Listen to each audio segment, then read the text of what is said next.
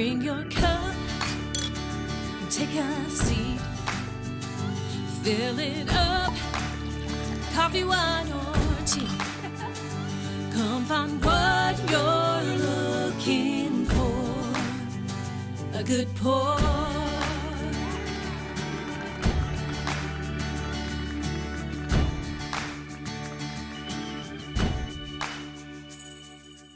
My next guest is not an AI enthusiast, but she is a member of the Good Circle marketing team. When she interviewed for the job, she told me she preferred to write herself, to not use AI. I hired her anyway, even though I was looking for people that were comfortable with AI, but it was her answer that had a lot to do with why I hired her. Terra manages the strategy side of our marketing business, but she's also the human checker of our AI output. And although I've asked her to learn and even use some AI, she would still describe herself as anti-AI, which makes her a very valuable member of our team. This episode is what it looks like when a skeptic and a true believer have to figure out how to work together, and what the skeptic brings to the table that the believer just can't. Here's my conversation with Terra Milo. Well, hi, Terra. Hi. I'm so excited to have you on today because you're a member of my team.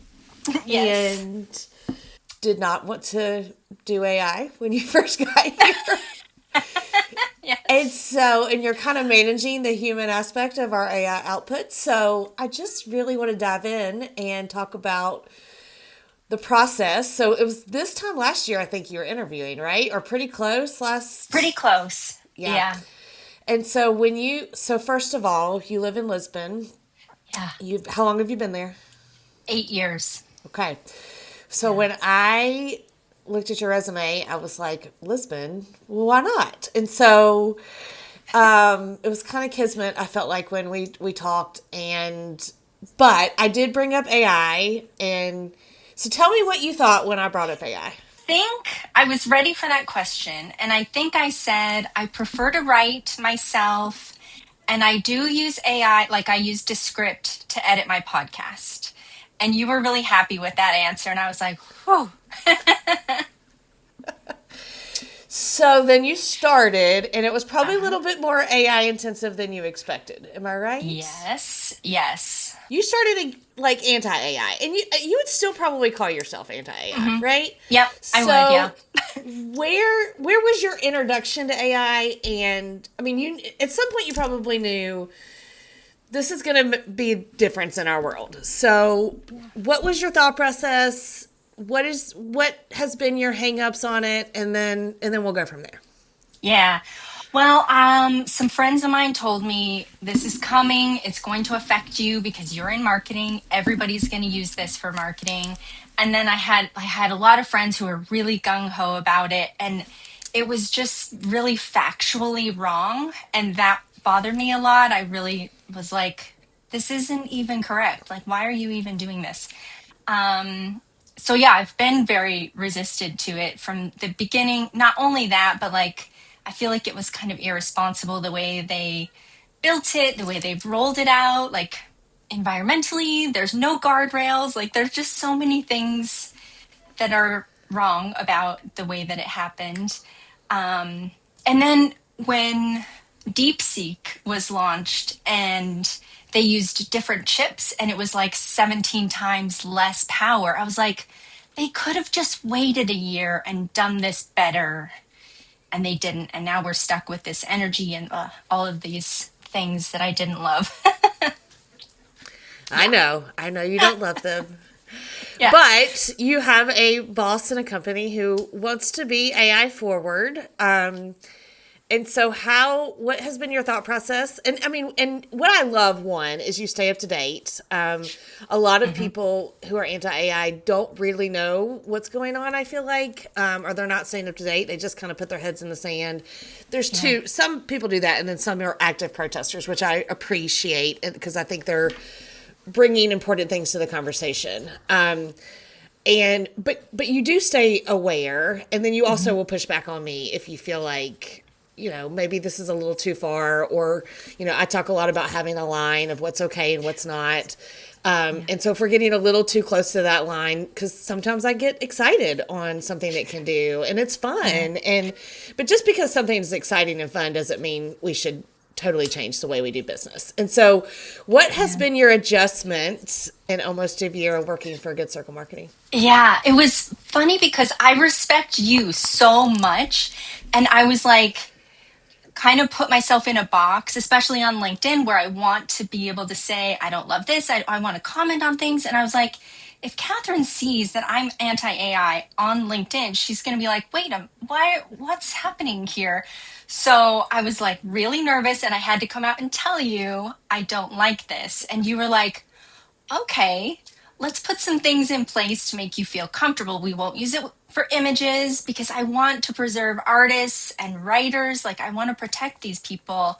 And you do too. And we still hire videographers, we hire photographers. Like, I do writing and editing. And so that was kind of like, this is such the happy place where we use AI, but really respecting human work and making sure that we're still employing people. And that just means so much to me. And that's like the reason that I can stay. But it was a scary conversation to be like, I don't like this. Please don't fire me. No, and I think it's made us better. I think. Good. No, I do. It's from the get-go for me, this has been, how do we use this? One, I know you feel, I know that I felt like it was a calling. And so I had to listen and go, what is my voice saying? What is my angle in this world? Especially when the whole entire, what just started as marketing in this business was telling people about the good work that people are doing. And so if we're going to use AI to tell about the good work that people are doing, it seemed kind of contradictive, right? But at the same time, if we can charge less for some of our products because it takes us less time to do it, if we can get a really, really neat story out of a business owner and be able to, we get it once authentically on video or in, their words somehow, because, not everyone wants to be on camera. And then we can use AI to repurpose that. And then on the other end, have you check it. I don't know that those systems would have been in place to the degree that they are now without you. So I'm grateful for that. But I also think it's just a real world. We can do both. We can use AI for good things in order for us to, my goal here is that no one works more than 30 hours a week. And I'm starting to get back to that. And Good. And that I do credit AI, and I credit that we have put systems into place to free up our time and to do things better. But it requires two things. You've heard me talk about this, human AI sandwich, where we start with the human. That how I feel about clones. I don't love clones. Like, why are we cloning ourselves? We can build tools that clone tasks, but why are we cloning ourselves? So we start with authentic humans, then we use AI to help us in some ways. And then, of course, in our world, you're the human at the other end.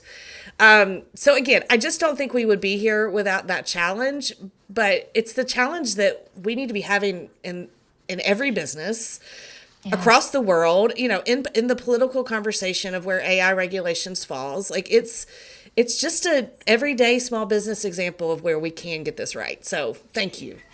Yeah, thanks for saying that. And you're right. We wouldn't be able to help as many clients as we help. And so they wouldn't get the word out about their business if we didn't have this tool to help them, because I can't write that many social media posts. Like, we just can't handle that much work, which is a blessing. But yeah, so it's kind of a middle ground. But I love the sandwich idea that you have. Like, we start with that human input, AI does some work for us, and then I clean it up. And I push back on it a lot. I do, because I'm like, that doesn't make any sense. Nobody's talking about that. Try again,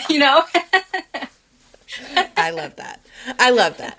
And then, but we also, I mean, and then like it happened yesterday. There was a thing that was not factual, or it was originally factual. Factual. There had been a change in a client's kind of lineup, and you said, "Where did this come from?"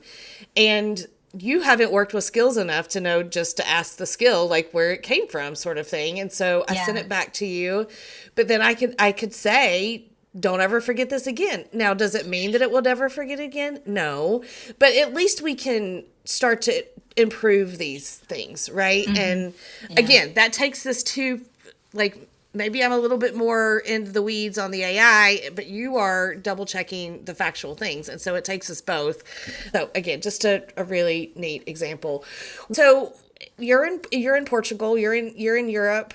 You're an expat, so you used to live in the United States, so you still know the way we do business, government, kind of the culture of America. Do you see things differently between Europe and America when it comes to What's AI? interesting, it's a good question. I don't see the data centers going up around Europe like they are in the US. And I think that's really interesting. And I think that's something people need to think about, why it's happening that way. Maybe I just see it more in the US and I don't see it as much, but I don't think there's a data center in Portugal, like in the whole country. I think they're in the northern countries where it's cooler. I don't love that, but whatever. They're just going to heat that area up. Like, why are we doing that? But whatever.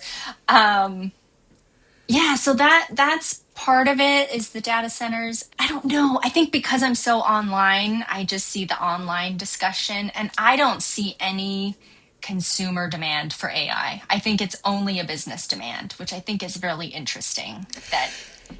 Well, I Right? agree and disagree.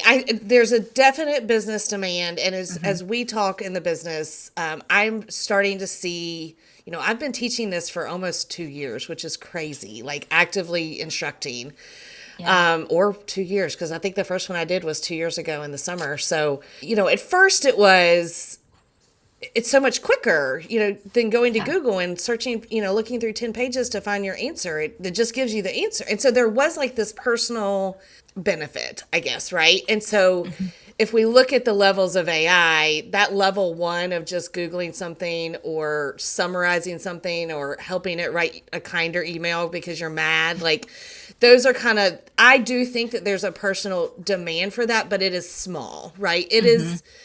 It's when we climb and we go from, replacing traditional search with AI and then building automations and then building agents. And then, of course, this AI infrastructure. I think that level 5, if you will, is where you're seeing a business demand. But I think that's where we need to be having a responsible conversation because I do think in the next several years that there's just going to be AI infrastructure that is helping us do business better.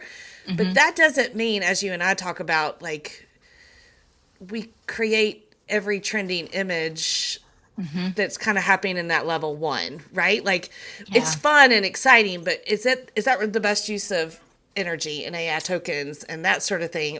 When we can be using it at a level 5, which helps us do business better.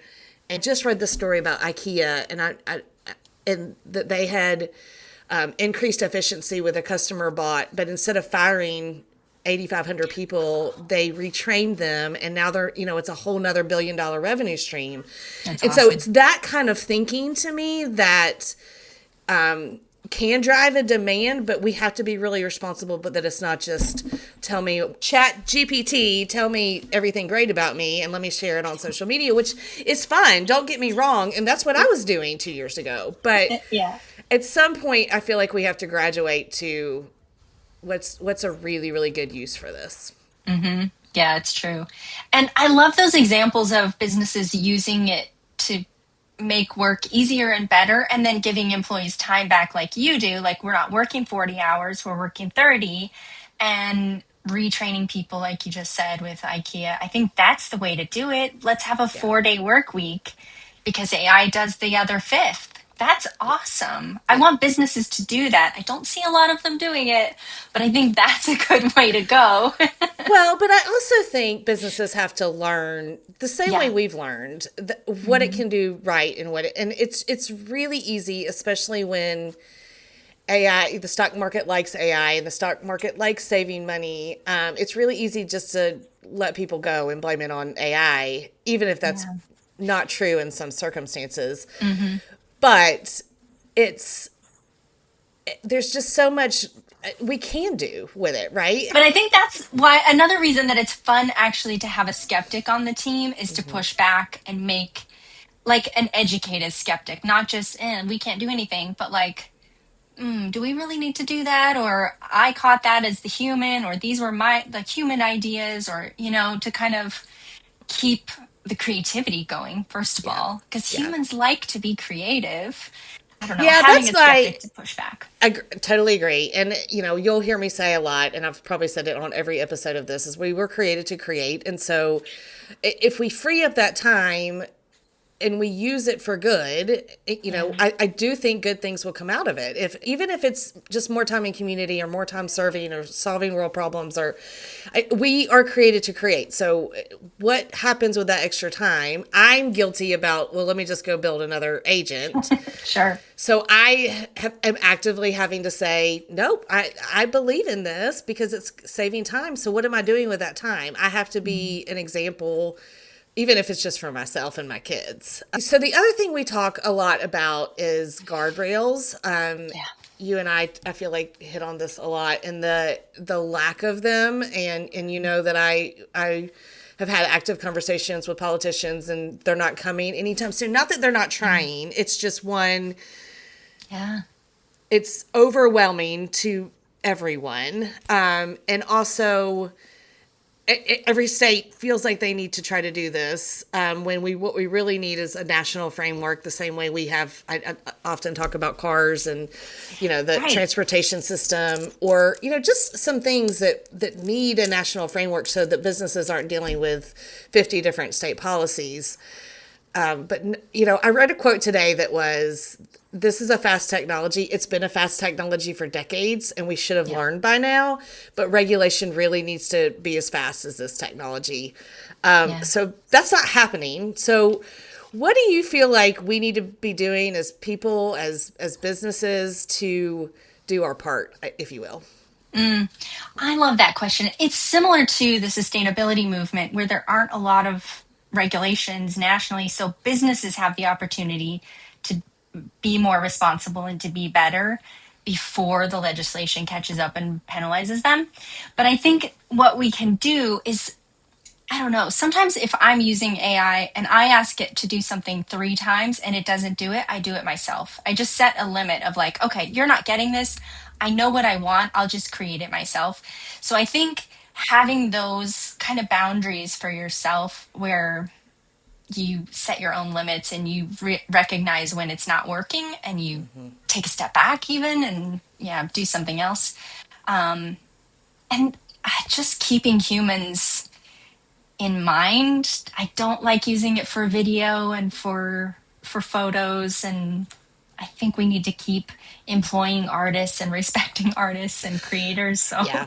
Yeah, I've read a couple articles lately. It's like, if you're good at it and you use it to amplify the work you're already doing, not replace your skill. So I love writing, and I have kind of challenged myself. I need to actually get a pen and paper out again, or at least my iPad with my iPencil, and Mhm. write, because it's really easy just to say, start writing the process, and then AI kind of takes over, which is not.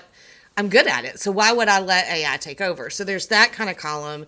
And then Yeah. this middle column of, you're kind of familiar. So I'm kind of familiar with coding. And I can kind of tell when it's wrong. But then, as you know, maybe 20 minutes into it, I'm like, okay, this is a Matt issue, and I need to send it Yeah. to Matt, right? And then there's these things that we have no clue about, and we need to call an expert. Like, yes, maybe I could ask AI to help me fix a plumbing issue, but do I want to, and should I? Yeah. No. Yeah. And so this, like, thought process of when to bring in the expert, and when to, yeah, we can learn a little something new on AI, or we could try something new, but let's not take away the experts that are actually trained to do this, I think is really, really key. Yeah. And those experts have accountability that AI doesn't have. Yes. Like that error that we had yesterday, that would have been huge. If I let that through, I would have been in trouble for that. But like if Claude lets it through, then it's Claude, like he doesn't get fired, like I wouldn't have been fired, but like there is some accountability and some responsibility that AI doesn't have. So I think hiring experts and continuing to work with experts and talking to friends and talking to people who care about your business brings in that accountability and responsibility that makes all of our businesses even stronger. Yeah. Is there anything, I'm just going to be vulnerable here. Is there anything, or where are we pushing the limits, do you feel like? Us Good Circle? I wonder about this Summer of AI podcast because we have a podcast editor and how he feels about how we're doing it. We're trying to do it all with AI, and if we're going to replace him, I don't really love that idea. But I don't think you even want to. I think you're like, No. I don't No, think we're going to get the quality here. No, I don't. But part of that was I wanted to experiment because I had the agent. We have a full kind of AI employee that, well, I built an AI employee or was, I don't even know the word to say this. Like I worked to create this AI employee to see if we could do it, right?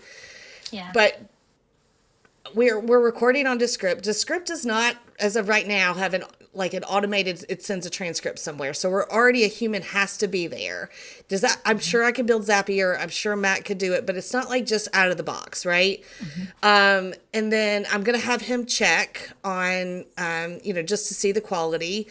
And then there are some really, really neat things that AI does easy, like the metadata and the like picking out, be able to look at this transcript and go, oh, these are the things that people are going to care about. These are the kind of hot topics of this conversation.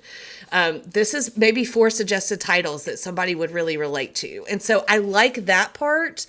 And so it was a little bit of an experiment for me to see what AI could really help with, and then see where we have to have DJ. And DJ's not going anywhere. And that's never been my intention, but I do want to experiment to know where can we get really, really good, for example, at YouTube SEO using AI, but also make DJ's job a little easier. And so he's just polishing this and we're putting it out there, right? And it could be that we come out of this. I hope to have a conversation with DJ at the end after we've done all this and just say, here's what AI did well and here's where AI slopped, right? Like I think we have to have these experiments to know where it all fits. Yeah. But I'm glad you brought that up. And that's what marketing is. We try stuff and see if it works. And if it doesn't work, we don't do it. And if it works, then we capitalize on that and make it even better. So yeah, it's cool. But I'm just real sensitive about people's jobs. Like I don't want my job to be replaced. I don't think you can yet because it's not doing great. I'm catching a lot of stuff. So well, that, and we're hiring, right? Like we're getting ready to, I mean, the idea is we bring on we have a whole new good AI consulting, and the idea is to help other businesses do this the right way. So, we're building this create framework that is like, we want people to use it ethically, but what does that even mean? And so let's define that, and we can be the ones to do that. I mean, it's not like there's an expert here that's giving out certifications in ethical AI. So it's really just common sense, but helping people see it and being able to define it is a whole new channel for us. Now, I'm not saying we're going to become billionaires on it, but it's just people need it. And so because we've been able to save time and other things, we can now go and kind of have this education or helping companies do this the right way, right? And so I don't know. I think we have to know what it's good at and what it's bad at, which is the whole point of this series. I need to have more people like you on here, though. So I don't know who else. I might know some more. Well, I don't want them to be combative. No. we're all doing it with intention, like yeah. And I think you and I are on the same page in terms of values. I'm just a boycotter. I boycott everything, and it makes my life hard. Like not everybody can do this, so I don't know. Why not The make your other life easy and be good? Well, and it's I love what you said about like if it does it wrong 3 times, I'm done. And in some Yeah. ways I would say, okay, well we have to train it and it has to know what it's doing wrong, but that's in its process, but it's a boundary for you, right? And Yeah. one of the reasons I love Claude, and I'm really trying to be, when I talk about tools, be agnostic, because we can't be dependent on one. A business does not need to be dependent on one AI tool for a lot of different reasons, but one of the reasons I love Claude is this idea of tokens, and we run out of them. And then the idea that we can save tokens. There's this education standpoint. Like 6 months ago, I was loading PDFs with no problem. And now I'm like, oh, that takes a lot of data. And there's another way you can do it. And so it's just we have to use it enough to learn the guardrails. And then somebody has to be communicating the guardrails, or the suggested guardrails, which I think you allow us to do that, and at least to raise this, is this a good use, and then we can determine where it fits on this kind of create framework or ethics, ethical AI, and we can communicate it. So anyway, I love having you on our team for a lot of different reasons, but this kind of built-in devil's advocate is really priceless right now. Oh, good. And I'm really like honored and proud to be on your team because I think you're trying to do it the right way, responsibly, and in a way that helps businesses. I think you just have such a good heart. So this is Thank you. very cool work that you do. Thank you. Yeah. All right. Well, I'm going to let you get back to work. Tell Okay. Claude I said hi. Oh, yeah, I will. Thanks, Tara. Bye.